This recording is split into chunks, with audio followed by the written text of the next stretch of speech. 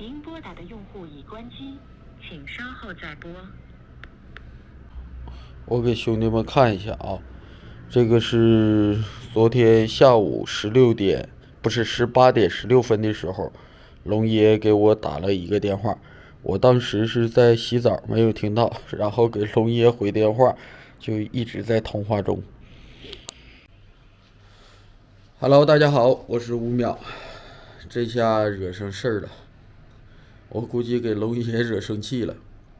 事情是怎么回事呢？就是昨天中午的时候，我出去刚好碰着龙爷，然后龙爷想让我拍他2个视频，让我给他买包华子。因为我当时约好另外一个兄弟，我告诉龙爷，我说你等我半个小时，我回来。等我回来的时候，给龙爷打电话呢，龙爷就已经往恶龙居走了。那我就跟龙爷说，我说没事儿，等你回来的时候，或者晚上什么时间方便的时候再拍。昨天晚上的时候，龙爷给我打了一个电话，我可能是没有接到，因为当时是在洗澡。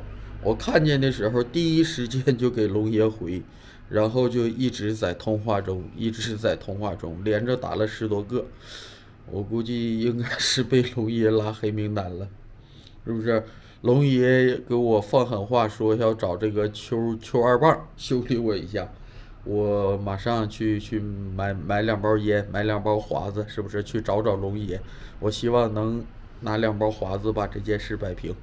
关于这个邱二棒，我也不是很了解，然后也咨询了一下这头的兄弟们，就是据说是荣昌当地的一个有头有脸的、有实力的这么一个人，就是怎么说呢？就是很多兄弟们都劝我，包括荣昌的这帮兄弟们都劝我，这个邱二棒是我一个惹不起的人，赶紧给龙爷买2包华子。龙爷在邱二棒那儿还算是有点面子，让龙爷帮我说和说和。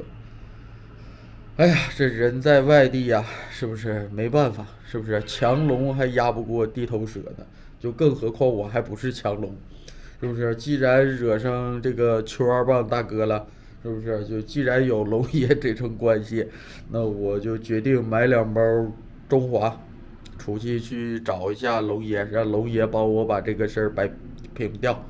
好吧，兄弟们，那本期视频我就拍到这里，等我碰到龙爷的时候，我会接着发后续。再见。